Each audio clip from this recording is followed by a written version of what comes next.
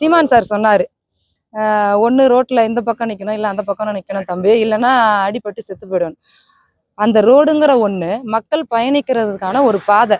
அந்த பாதையில இந்த பக்கமும் அந்த பக்கமும் பயணித்தால் மட்டும்தான் நாம எங்க போய் சேரணுமோ அந்த இடத்த சேர முடியும்.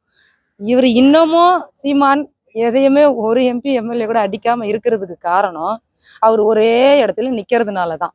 அந்த ரோடுங்கிறது என்னன்னா அரசியல். அரசியலுங்கிற அந்த சாலையில திராவிடம் தமிழ் தேசம்ன்ற இரண்டு பக்கமும் பயணித்தால் மட்டும்தான் மக்களாட்சி நாம கையில எடுக்க முடியும். மக்களுக்கான ஆட்சியா இது அமையுங்கிறத சீமான் சார் தெரிஞ்சுக்கணும். எந்த ஒரு கட்சியும் பார்த்தா வெளிப்படையா சொல்லாது விஜய் சார். ஆமாங்க, இது வரைக்கும் யாருமே இப்போ அண்ணல் அம்பேத்கர்லாம் தலித் மக்களுக்காக எவ்வளவு பாடுபட்டாரு.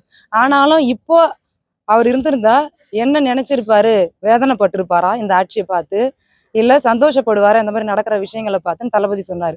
அது உண்மைதானே? கண்டிப்பா அம்பேத்கர் இருந்திருந்தாருன்னா வேதனை தான் படுவார். இன்னமும் விடுதலை கிடைக்கல, பெண்களுக்கும் சரி, பெண் குழந்தைகள் ரீதியாகவும் சரி, அரசியல் ரீதியாகவும் சரி. இப்ப பஞ்சாயத்து தலைவரா 2 மகளிர் வந்திருந்தாங்க. அவங்களோட கோரிக்கை வச்சாங்க. அவங்களுக்கு இன்னமும் எந்த வசதியும் இந்த அரசாங்கத்துல இருந்து பெண்கள்ங்கிற ஒரே காரணத்தினால அவங்க ஒதுக்கப்பட்டிருக்காங்கன்னு சொன்னாங்க. அப்போ என்ன அது? எங்க தளபதி தலித் இனமும் சரி, எந்த ஜாதி மதம் வேறுபாடு இல்லாம எல்லாருக்குமே சம உரிமை கொடுத்து ஆட்சியிலையும் அதிகாரத்திலும் பெண்களுக்கும் உரிமை கொடுத்திருக்காரு. முதலமைச்சர் என்ன சொல்றாருன்னா, திமுக ஆட்சியில தான் பெண்களுக்கான உரிமை அதிகமா இருக்குன்னு சொல்றாரு. இல்லவே இல்லை. திமுகல நான் ஓப்பனா சொல்றேன், இதுக்கு முன்னாடி எங்க அப்பா டிஎம்கே தான். நான் அதில் மகளிர் அணியில் எனக்கு போஸ்டிங் வேணும்னு தான் நான் நினச்சி போய் கேட்டது.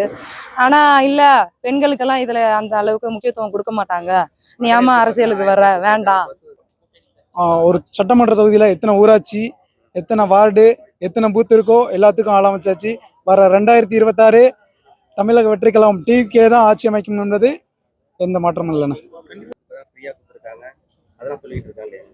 பஸ் வசதி ஃப்ரீயாக கொடுத்தாங்க. ஆனால் அந்த பஸ் மகளிர் எங்களை பார்த்த உடனே பஸ் நிறுத்தவே மாட்டேங்கிறான், ஓடி போயிடுறான். இன்னும் கேட்டால் ஓசியா அப்படின்னு சொல்லி எங்களை கிண்டல் பண்ணுறானுங்க. பஸ் எல்லாம் இலவசமாக கொடுத்தவர் கரண்ட் பில்லு அதிகமாக்கிட்டாரு, அது உங்களுக்கு தெரியும். இன்னைக்கு இன்னும் ஒரு விஷயம் வந்திருக்கு.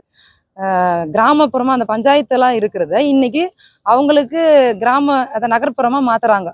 அவங்களுக்கு வருமானம் இல்லை, இருக்கிற எல்லாத்தையும் எடுத்து நகரத்துல மாத்துறாங்க. இதெல்லாம் எங்கள் பாமர மக்கள், கிராமத்து மக்களுக்கு, மகளிருக்கு எல்லாருக்குமே இது 100 நாள் வேலையை நம்பி எத்தனை குடும்பங்கள் இருக்கு.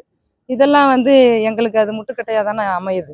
அப்புறம் எங்க இது நல்ல அரசாங்கமா இருக்கு, மகளிருக்கு எல்லாருக்கும் ஈக்குவலா கொடுக்குறாங்க. மகளிருக்கு 1000 ரூபாய் கொடுக்குறாங்க மாதம். அது வந்ததுங்க 5 மாசம் தான் வந்துச்சு, அதுக்கப்புறம் வரவே இல்லை.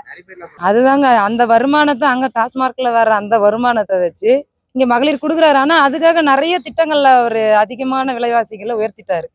விவசாய ரீதியா பாத்தீங்கன்னா, விவசாயம் இப்பவும் கடன் வாங்கிட்டு அந்த கடனை திருப்பி செலுத்த முடியாம எவ்வளவு பாதிக்கப்படுறாங்க. அதில் ஒரு மாற்றத்தை கொண்டு வரலாம். ஆனா எங்க தளபதியோட ஆட்சியில வந்தா அந்த விவசாயத்தை ரீதியாகவும் மாற்றங்கள் ஏற்படும், படிப்பு ரீதியா மாற்றங்கள் ஏற்படும், நீட்டுக்கு ஒரு முடிவு ஏற்படும். இவங்க இப்போ நீட் வைக்கலாம், சரி, நல்ல தரமான மருத்துவர்களை கொடுக்குறதா சொல்றாங்க. அப்போ அரசாங்கத்துல இப்போ ஒரு தனியார் கல்வி நிறுவனம் கொடுக்குற அந்த தரமான படிப்பை ஏன் இந்த கவர்மெண்ட் கொடுக்கல? அந்த சிபிஎஸ்சி சிலபஸும் ஐஎன்சிசி சிலபஸும் அதெல்லாம் ஏன் இதில் இன்டர்நேஷனல் சிலபஸ் எல்லாம் இங்கே கொண்டு வரலாம்ல? நம்ம அரசாங்கத்தில் கொடுக்க முடியாதா? ஒரு தனியார் நிறுவனம் கொடுக்குது, ஒரு தனி மனிதன் கொடுக்குறான், ஏன் இந்த அரசாங்கம் கொடுக்க மாட்டேங்குது அந்த படிப்பை? பாமர மக்களாகி எங்க எல்லாருக்கும், எங்க பிள்ளைங்களும் அதில் படிக்கணும். அப்போ நீங்க சிபிஎஸ்சி சிலபஸ், இன்டர்நேஷனல் சிலபஸை கொண்டு வாங்க, எங்க பிள்ளைங்களும் நல்லா தரமா இருப்பாங்க, அந்த நீட் எக்ஸாம சாதாரணமா எழுதிட்டு போவாங்கல்ல. மக்களுக்கு என்ன சொல்ல விரும்புறீங்க 2026? எல்லாத்துக்குமே இப்ப தமிழ்நாட்டுக்கு விடியல் வரணும், ஆட்சியில மாற்றங்கள் வேணும். இந்த மருத்துவத்துறையிலையும் சரி, படிப்பு ரீதியாகவும் சரி, விவசாய ரீதியாகவும் சரி, மக்களுக்கான எல்லா பொதுவான விஷயங்கள்லையும் மாற்றங்கள் வேணும். அப்படின்னா வருகிற 2026ல நீங்க மனசு வச்சா மட்டும்தான், உங்கள் தனி மனிதனுக்குள்ள மாற்றம் ஏற்பட்டால் மட்டும்தான் தமிழ்நாட்டுக்கு மாற்றம் கிடைக்கும். வருகிற 2026ல நீங்க தளபதிக்கு ஓட் பண்ணீங்கன்னா கண்டிப்பா உங்களுக்கு ஒரு விடியல் அமையும், தமிழ்நாட்டுக்கே ஒரு மாற்றம் ஏற்படும். திராவிட தான் சொன்னாரு, சமத்துவம் அப்படின்னு தான் சொன்னாரு. தமிழ் தேசமும்னாலும் சமத்துவம் தான், ரெண்டும் ஒண்ணுதான் அப்படின்னு சொல்லி அந்த சந்திரய்யா பேசினாங்க, முன்னாள் நீதிபதி. அவரே அதுக்கு விளக்கம் கொடுத்தாரு மேடையில். ரெண்டுமே ஒண்ணுதான். அது